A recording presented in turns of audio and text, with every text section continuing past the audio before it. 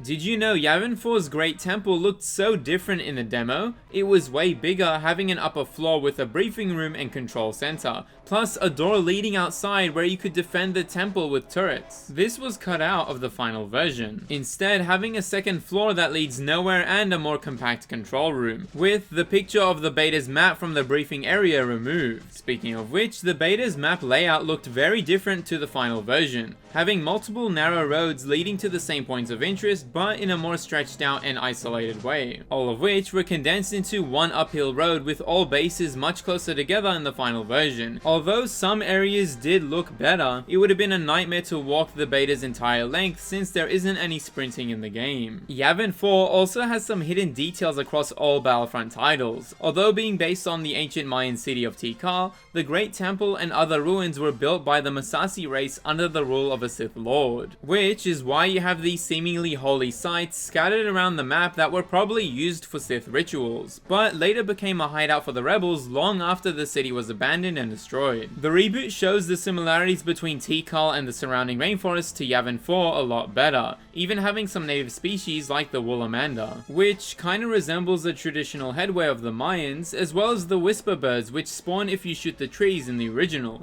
But to my knowledge, there isn't anything too specific about the ruins themselves other than these writings on the wall, which also can be found across all maps in the originals, just with different written letters. The reboot uses the ancient Sith language of Urkatat, which has a canonical alphabet, though I couldn't decipher anything meaningful from the translation, and I couldn't find the origins of the letters used in the original games. Plus, as a side note, I like how the trees on the Imperial spawn seem to be cut down or withered, compared to the Rebel side who adapt to their surroundings. Speaking of which, we do get a very detailed temple hangar with all kinds of different Rebel starfighters, including the Millennium Falcon, as well as underground sewerage pathways and even the briefing room with a hologram of the trench run like in episode 4. But after the destruction of the Death Star, Battlefront 2's campaign has the Empire attack Yavin, getting us to blow down the temple doors and breach the hideout, destroying the remaining defenses and killing the generals in command. This mission also appears in Battlefront 2's sequel games on the PSP, playing from the rebels' perspective, but current canon changed this to the rebels abandoning the hideout before the Empire invaded, which is a shame since the space battle was one of the biggest blockades in the entire game, having multiple rebel shuttles and frigates trying to escape the planet. But you might have also noticed a big red object in the sky with the sun right next to it.